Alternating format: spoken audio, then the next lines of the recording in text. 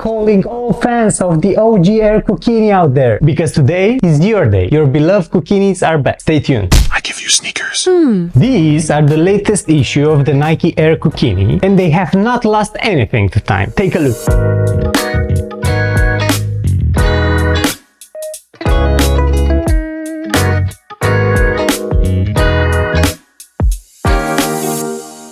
To better understand where these quirky sneakers come from, we have to talk a bit about their history. Just before the turn of the millennium, in the late 1999, Nike launched the Alpha project that was aiming to push forward the design and performance of upcoming shoes. The Air Kukinis were one example of a futuristic design offering a new approach with a laceless construction and webbed upper that Nike had never done before to this point. The Air Kukini was designed by Sean McDowell, who was also responsible for the Air Max Plus and the Mayfly. This model comes in many colorways, and I gotta say, the majority are pretty good looking. Now, let's dig deeper and start by discussing how do these sneakers look. After more than 2 decades later, design-wise, these look pretty similar to the OGs. The overall color theme of this pair resembles the reflections of water in a pool, seems like it. Also with black accents everywhere, a darker deeper blue for the interior, white for the midsole, and an all-black outsole. What would be considered to be quirky, but after all these years since these sneakers were released, we can now consider it not at all unusual, is the spidery transparent cage that hugs the whole upper. This one is like nothing else out there. Also quirky but normal for these is the way that this web is kept in place, going behind loops under the black overlays in the front, the tongue area, in the back and on the sides, and cutting through the midsole to finally end up under the outsole on each side. McDowell cites the webbed overlay of the Kukini as inspired from a spiderweb graphic printed on the speed suit of Olympic skier Picabo Street. This is wild. On the opposite of wild are the Nike Air bubbles that can be spotted on both sides of the sneakers. Finally, something we are used to see on Nikes. Speaking of the Air unit, the enclosure of this one finishes on the outsole, where it is visible in a kind of metallic black paint finish. Also through the outsole, we can spot the white midsole through a cut in the front. Branding wise, we can spot only 3 Nike swishes, one on the bottom of the insole, one on the outsole in blue matching the upper, and one in the upper in black matching the outsole. These last 2 are surely in love. And speaking of love, looking at the way the whole upper hugs your foot tight like a tacos wrap, for sure these kicks love feet. This sounded weird. Moving on to recognize them like all Alpha project shoes, the Air Kukini is branded with a row of 5 subtle dots in the lower back. So that's their story. Last but not least, the insole sticks to the color theme with banded white dots in a blue universe. Now heading back to planet Earth, let's talk materials. The upper is made from a stretchy fabric that hugs your foot with transparent TPU that resembles silicone as a cage support system. The black overlays that can be spotted everywhere are made from a synthetic material that mimics suede. Midsole is made from a very soft EVA foam, and a more rigid foam forms the outsole. Nike calls this one Duralon and states it is very durable, but in my opinion I don't know how grippy this one is. Luckily, I have spotted a piece of rubber inserted in the back but covering just the exterior half of the heel surface. I have not tested these, but if you did, please let me know how grippy these are in the comment section. In the meanwhile, the interior features heavy cushioning in the heel area behind the blue synthetic mesh, and light cushioning in the tongue area that is accomplished using thick soft sponge and the soft elastic nylon as a finish. The rest of it in white is made from thin mesh. The insole is soft foam finished on top in a soft synthetic material. Now let's move on and discuss maybe the most important aspect, and that's features. And the most important one for these, as their looks is debatable, is comfort. I find these to be comfortable above anything else. The meshy, stretchy upper give these a sock-like fit that provides a high level of comfort and breathability. The TPU overlay, something McDowell had already pioneered with the AMP, was tweaked to hold the foot down while not causing discomfort, but provide support and stability. If we are to also throw in the mix the Nike Air bubble that sits just under your heel to dampen shocks, well,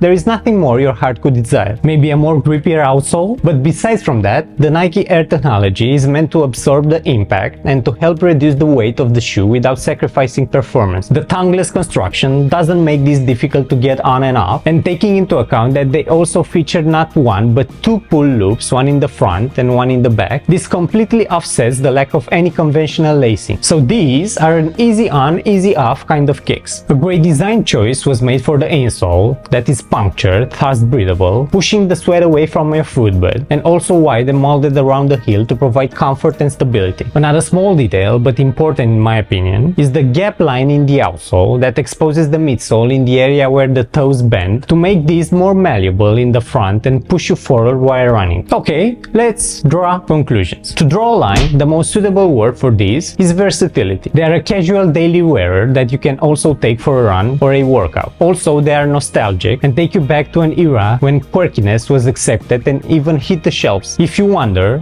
they are true to size, so you can order these in your usual Nike size. Let's also make an important mention for those who should avoid these sneakers. Because the Nike Air Kukini have a slim structure and close to the skin fit, wide footers may not have so much fun wearing this. What I personally find interesting is that these sneakers look like nothing else the world has seen before back in 2000s, and the weird thing is that even 2 decades on, there's still nothing out there with a wacky design quite like the one of the Kukinis. Please beg to differ in the comments below. See you in the next wacky one. I give you sneakers. In the meantime, don't forget to leave your thoughts below. If you own a pair or there is something I have missed, don't be a stranger. And also, don't forget to subscribe. That would make you the biggest stranger of them all.